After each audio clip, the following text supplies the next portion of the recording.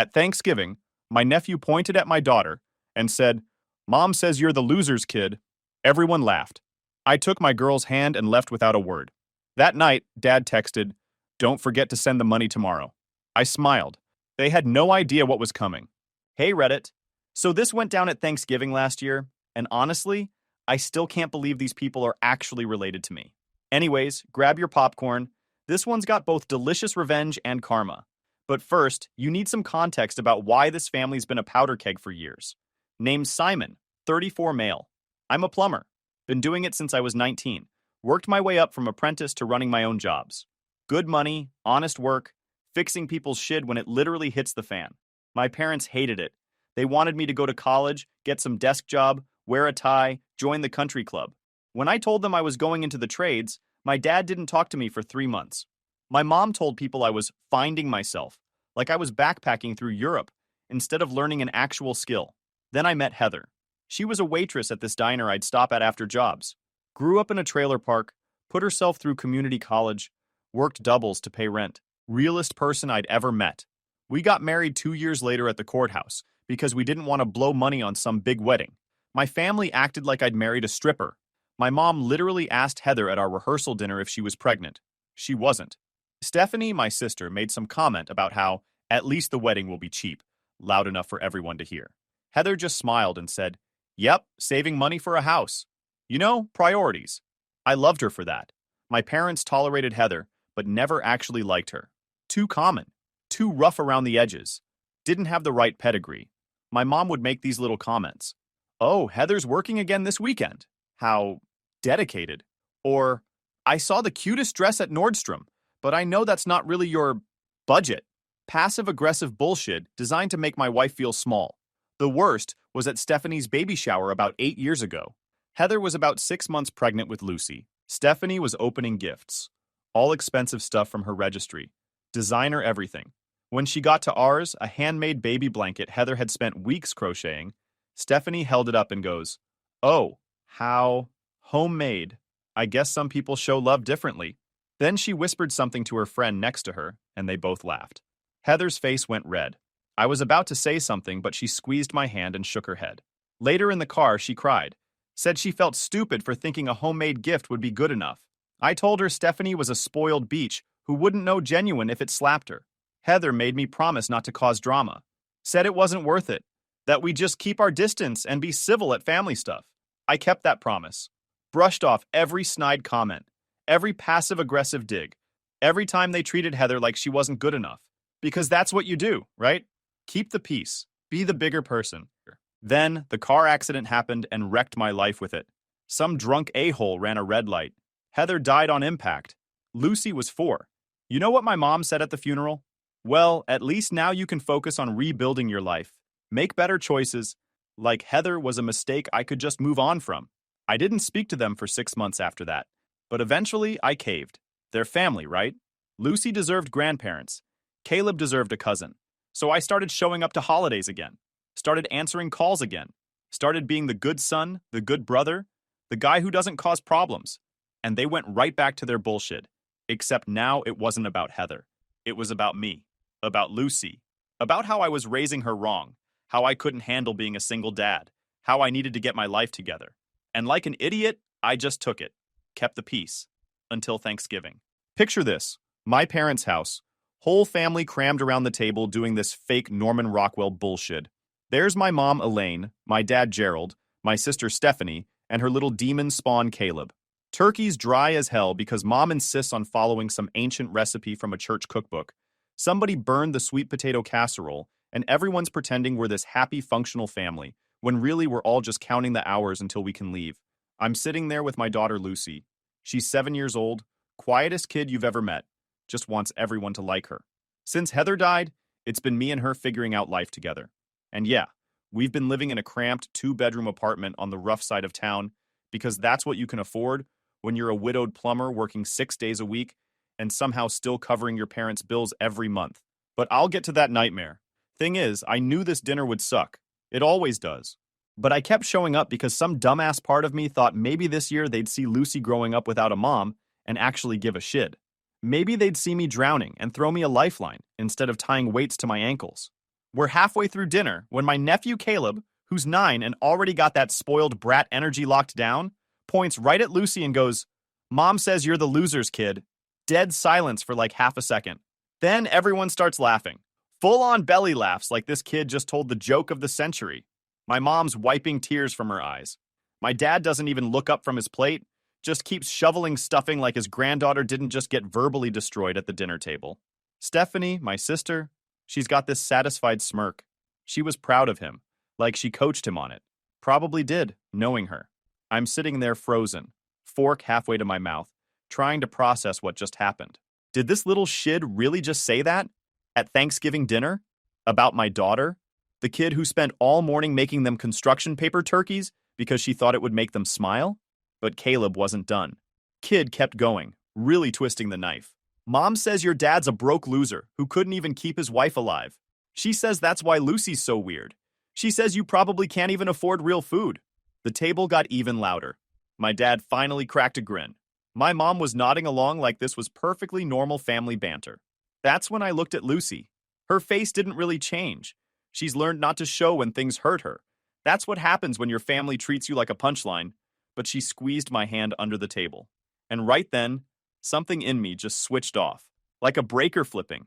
The part of me that kept trying, kept hoping these people would eventually act like family, just died. I didn't yell, didn't flip the table or throw my drink in anyone's face, though I really wanted to. I just stood up, real calm, took Lucy's hand, and walked straight to the door. Left the cheap bottles I'd brought sitting on the counter. $20 each because that's what I could afford after paying their water bill. Didn't say goodbye or have a nice holiday or go to heck. Just walked out. Nobody followed us. Nobody said wait or hold on or even, it was just a joke. I heard my dad say something about football being on soon, and then chairs scraping as they all went back to their perfect little Thanksgiving like we were nothing. It was getting dark, temperature dropping fast. Lucy climbed into the passenger seat, buckled up, stared out the window. About 5 minutes into the drive, she asked real quiet, "Did I do something wrong, Daddy?" That almost broke me right there. Almost pulled over and lost it completely. But I kept driving. Told her no, not even close. Told her she was perfect and they were garbage. Told her we were going to see someone who actually gave a damn about us. Someone who knew what family actually meant. See, I've got this grandma. She's 81, lives about 2 hours away in Ashbury, and she's got more fight in her than my entire family combined. After my grandpa died 10 years ago, she married this retired mechanic named Walter. Guy wears cowboy boots year-round, makes inappropriate jokes at funerals, and has a garage full of tools and a fridge full of drinks. They're both a little crazy in the best way, and Lucy absolutely loves them. Every time we visit, Walter teaches Lucy weird stuff, how to change oil, how to read a level, random skills that seem small. And Grandma bakes cookies and lets her stay up late watching old westerns and tells her stories about how she didn't take crap from anyone back in the day. So that's where we went. 2 hours in November cold, because anywhere was better than that house. Anywhere was better than watching my daughter realize her own family thought she was worthless. When we showed up unannounced around 7 p.m., Walter opened the door in flannel pajamas with a drink in one hand and a turkey sandwich in the other. He looked at my face, didn't ask questions, just yelled over his shoulder, "Honey, we got a situation." Grandma came running from the living room, barefoot on that cold tile, reading glasses hanging around her neck. She saw my expression and immediately told Walter to take Lucy to the kitchen for pie and ice cream. Then she just stood there with me in the hallway. When I finally got the words out, told her everything about dinner, what Caleb said, how everyone laughed, how my parents just sat there like humiliating me, and my kid was normal family fun. She didn't say anything, just nodded real slow, her jaw getting tighter and tighter. Then she walked off to her bedroom without a word. I figured she was getting tissues. Maybe some strong coffee because this felt like a strong coffee moment. Dead wrong. Grandma came back with this thick white envelope and dropped it on the coffee table like she was dealing a winning hand. "That's yours. Open it." My hands were shaking as I tore it open. Inside was paperwork for a 3-bedroom house about 15 minutes from Lucy's school. Paid off. No mortgage. No strings. Just keys taped to the back page and a little yellow sticky note that said, "You've earned this 100 times over," in her shaky handwriting. I couldn't speak. Literally couldn't form words. Just sat there staring at the papers like they might vanish if I blinked. This was an actual house. A real house. 3 bedrooms. A garage. A yard. driveway, washer and dryer included. Grandma sat down next to me on the couch, pulled out her phone with steady hands, and said she had one more thing to handle. Then she called my mom, put it on speaker, didn't hesitate for a second. 3 rings. My mom picked up. Hello? You're cut off, Elaine. Grandma's voice was ice cold. You, Gerald, Stephanie, all of you. You won't get another dime from me. I know what you said to my grandson. I know what you let Caleb say to that beautiful little girl. And I know exactly how much money you've bled out of him since Heather died. That ends today. Right now. Find someone else to pay your bills. Silence for maybe 5 seconds. Then, Ruth, what the heck are you talking about? Don't act fool now. I said you're cut off. Understood? Wait, Ruth, there must have been a misunderstanding. Grandma hung up on her. Then she looked at me and said, should have done that years ago. Here's the thing people don't get about my family. They look good on paper. Nice house in a decent neighborhood. Nice cars in the driveway. My mom's always dressed perfect for church. My dad's got his poker buddies. Stephanie posts these filtered Instagram photos making her life look amazing with her perfect husband and perfect kid. But it's all smoke and mirrors. All of it. My parents burned through their retirement years ago. Some pyramid scheme my dad got suckered into. A business investment that tanked. A boat they couldn't afford and sold at a massive loss. They refinanced their house 3 times and still can't make the mortgage. They've been living off grandma's money for years. And here's the kicker. I was the middleman. After Heather died, they came at me with this sob story about how they were struggling. How they just needed a little help until things turned around. How family helps family, right? And stupid me, grieving and barely holding it together, I believed them. Started sending money. $100 here for utilities. $200 there for their car payment. It snowballed fast. Within 6 months, I was covering half their bills every month because Grandma said she'd cut them off if they kept wasting her money. So they came to me instead. I was widowed, raising a daughter alone, working overtime and weekends to keep our heads above water. And I was still paying their bills every month, still covering their overdraft fees so they wouldn't lose face with their bank, still being their emergency fund while they took weekend trips and posted happy photos. The math was insane. I calculated it once at 3 a.m. when I couldn't sleep. Over 2 years, I'd given them almost $40,000. 40 grand. Money I could have saved for Lucy's future. Money that could have got us out of that shitty apartment. Gone. Poured into a black hole that never once said thank you. Later that night, while I was tucking Lucy into Grandma's guest room, my dad texted me like absolutely nothing had happened. Like we hadn't just walked out. Like his grandson hadn't just destroyed my daughter. Make sure you send the payment tomorrow. Water company's threatening to shut it off. Need it by 5 p.m.? I stared at that text for a long time. The sheer balls on this man. Didn't ask if we got there safe. Didn't ask if Lucy was okay. Didn't apologize or acknowledge what happened. Just demanded money. I typed back, "You'll get what you deserve." Hit send. Then I sat there in the dark hallway, back against the wall, and I just laughed. Quiet at first, then harder. Walter poked his head around the corner, drink in hand, asking if I was all right. I told him I was perfect. Finally. Perfect. They didn't know it yet, but this wasn't about one dinner or one text. This was about years of being used. That night, I slept better than I had in 2 years. They had no idea what was coming, but Grandma did. She knew exactly what she'd set in motion. By 9 the next morning, they were already freaking out. The first text came from Stephanie at 9:13 a.m. "Did you say something to Grandma? My card just got declined at Target." I didn't answer.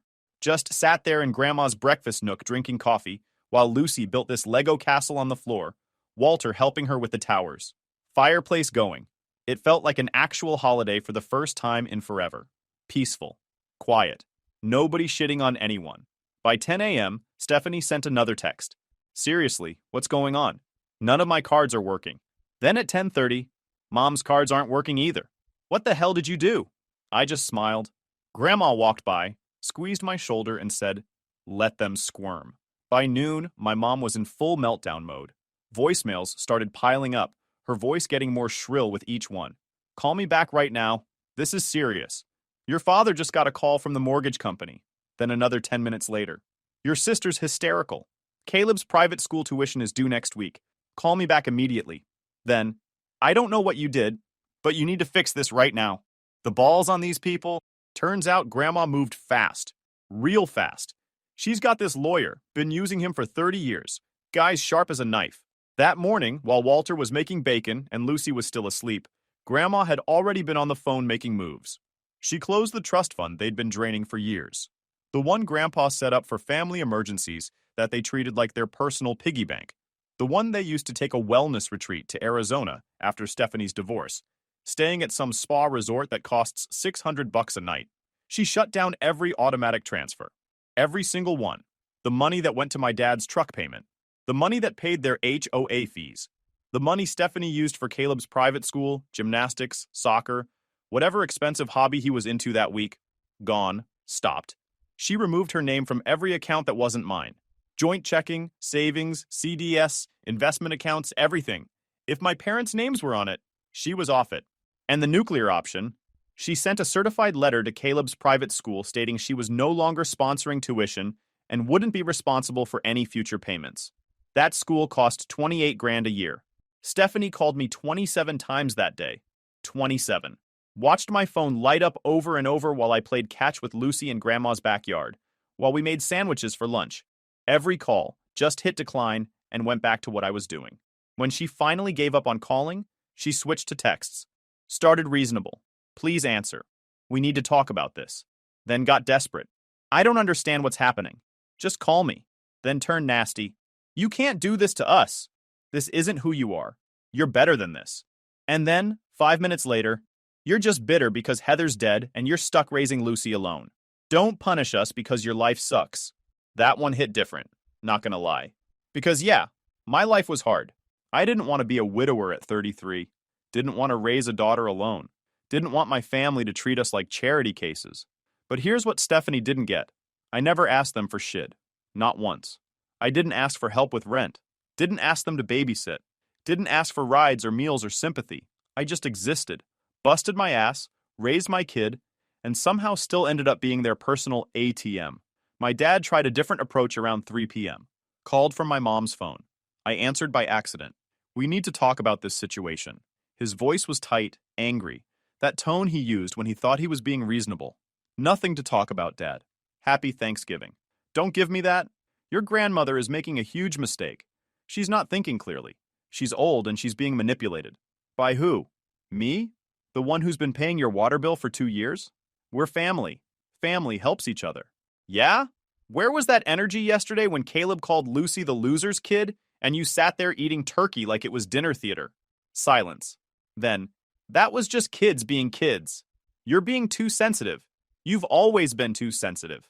I hung up. Blocked the number. The final straw came that evening around 6 p.m. My dad texted from yet another number with a photo attached. Stack of bills spread across their kitchen table. Water, electric, gas, mortgage, all with red final notice stamps. The message said, "Your mother is crying. Hope that makes you happy. We raised you better than this." I stared at that message for a long time. Looked at those bills. Looked at his words. Raised me better than this. Like I was the one bleeding them dry for years. Then I wrote back, "You've had 2 years to treat us like family. You chose not to. Now live like we never existed." Lose the number. Blocked him. That night, Grandma made pot roast. Walter opened a bottle of cider and told a story about crashing a tractor into a fence in 1978.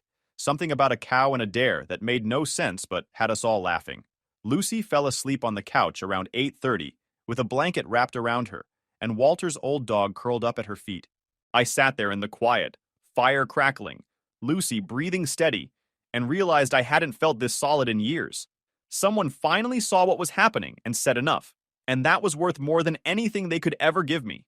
3 days later, I drove to the house Grandma gave me, took Lucy with me, made it a whole thing, stopped for breakfast at this diner she loves, got her pancakes and hot chocolate. Kid deserved it. Pulled up to the house and just sat there for a minute.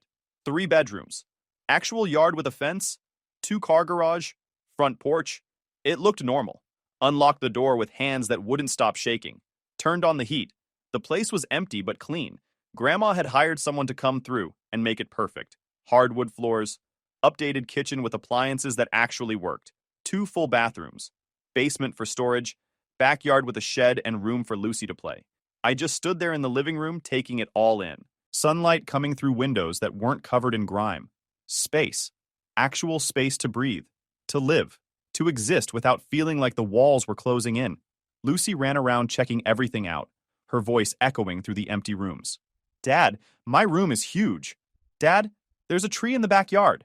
Dad, can we get a dog? Maybe. Maybe we could get a dog. For the first time in 2 years, maybe felt possible. We spent the rest of the day measuring rooms, planning where furniture would go, talking about paint colors. Lucy wanted her room purple. We'd make it purple. This was ours. Nobody could take it. Nobody could hold it over us. Meanwhile, my family was falling apart in real time, and it was satisfying as hell to watch from a distance. Stephanie showed up at Grandma's house that same day, just pulled into the driveway unannounced. Walter answered the door, looked at her standing there with her arms crossed, and said, "You got about 10 seconds to get off this property before I call the cops." Then he closed the door in her face. She left a note taped to the front door. I saw it when we got back that evening. Just said, "Please, we need to talk. This isn't fair. You're ruining Caleb's life." Grandma ripped it up without reading past the first line. Then Stephanie tried getting to me through work. Called the plumbing company I work for. Told them it was a family emergency. Tried to get my schedule, my personal number, anything. My boss is a solid dude, though. He asked me if I wanted to talk to her. I said hell no. He told her to lose the number and hung up. My parents went with maximum guilt. Had my Aunt Victoria call me, woman I hadn't talked to in 5 years, suddenly real concerned about family. Told me how they might lose the house. How Stephanie had to pull Caleb out of private school. How I was destroying the family. How Grandma was too old to be making these kinds of financial decisions. Victoria, where were you when Caleb called Lucy the loser's kid? Well, I wasn't there, but I'm sure it wasn't. That's the problem. None of you were there. None of you are ever there. But now everyone's got opinions. Delete this number. Hung up. Blocked her. Blocking people became my favorite hobby. But here's where things got interesting. About 3 weeks after Thanksgiving, mid-December, I got a call from a lawyer. Not mine. I didn't have a lawyer. Theirs. Some guy named Stewart from a firm with like 6 names in the title.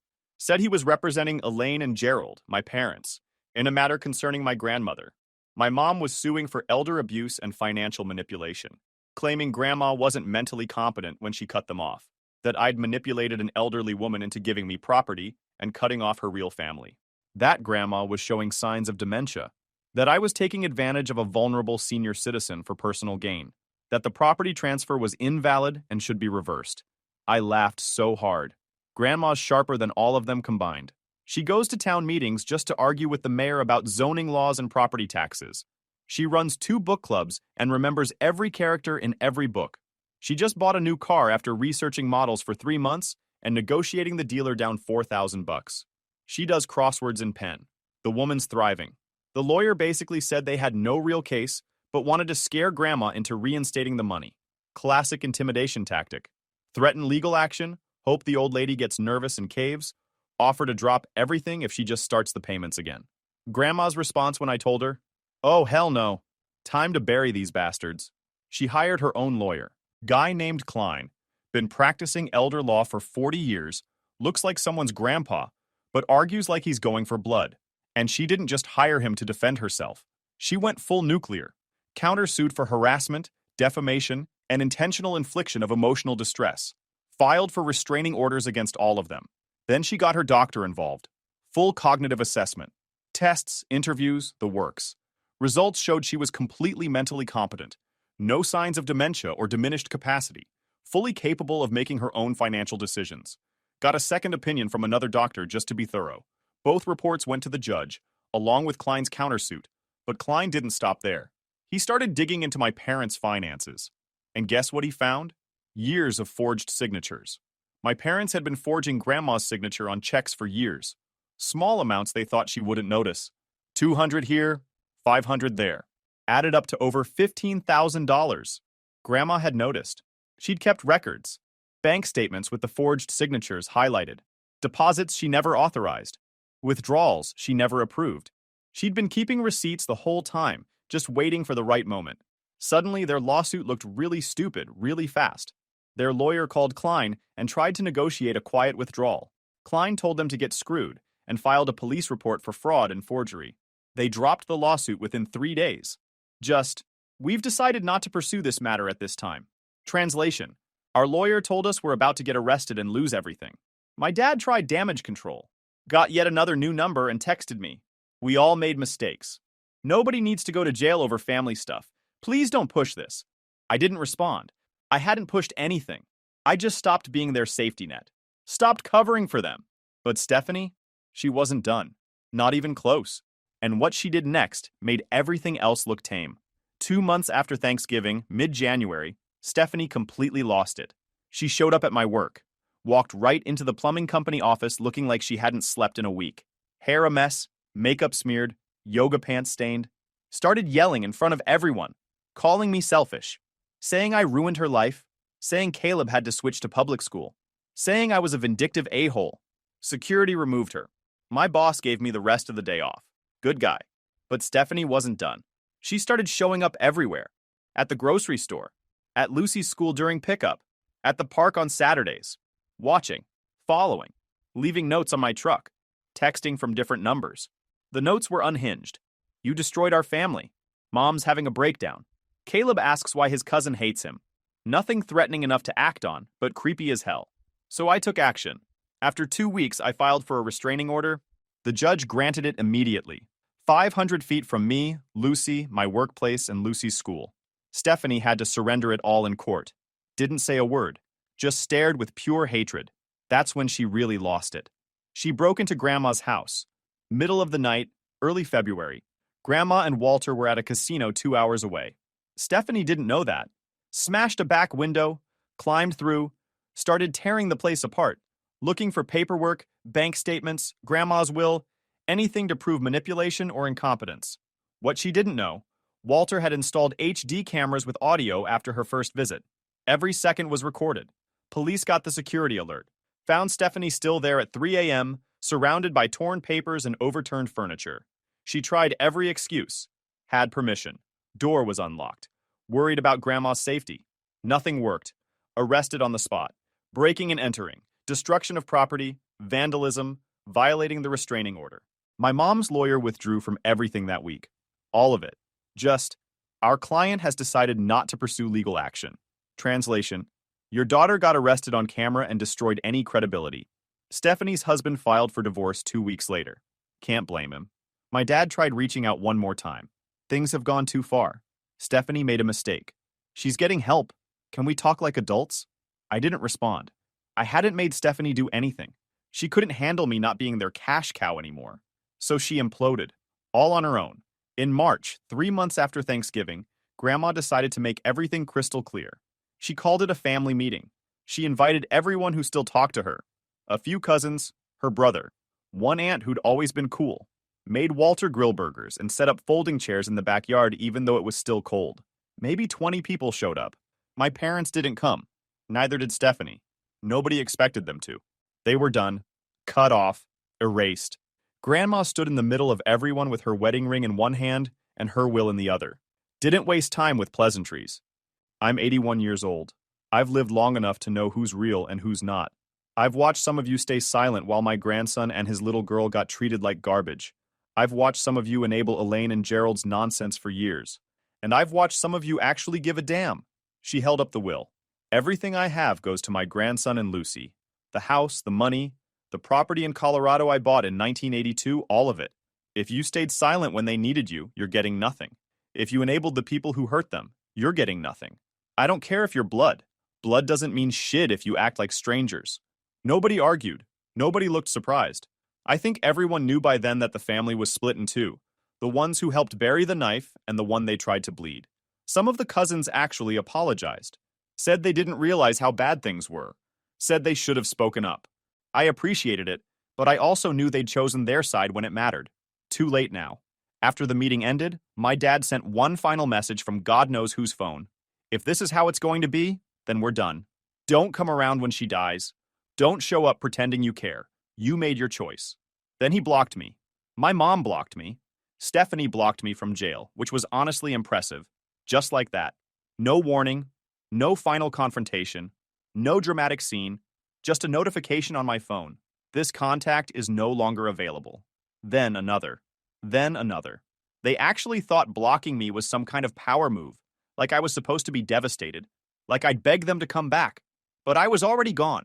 I'd let go long before they hit that block button. They just didn't realize it. 6 months after Thanksgiving, things finally settled into peace.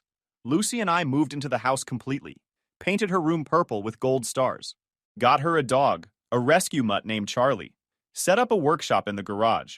Started taking on side jobs. Thinking about starting my own plumbing business eventually. Lucy's grades went up. She made friends. Started playing soccer. Came home one day and said she was the fastest kid in gym class. I realized I hadn't seen her smile that big in years. Grandma's thriving. Got new glasses. Joined a third book club. Goes to town meetings to argue with the planning commission. Bought Lucy a telescope for her birthday. Walter built a treehouse in the backyard. Me? I stopped apologizing for surviving. Put a nice TV in the living room. Got actual furniture. Started cooking real dinners. Took Lucy to the movies without calculating whether we could afford popcorn. Bought her new shoes when she needed them. I wasn't just getting by anymore. I was living. People still ask sometimes, what happened with your family? I just say they left. It's simpler than explaining. They left and I stayed. That's the difference. But about 3 weeks ago, I ran into Stephanie. Wasn't planning on it. Was at the grocery store with Lucy Saturday morning, grabbing stuff for the week. Saw her in the checkout line next to ours. She looked rough. Hair pulled back in a greasy ponytail. No makeup. Discount store clothes. Cart full of generic brands and marked down meat. She saw me at the same time. For a second, we just stared at each other.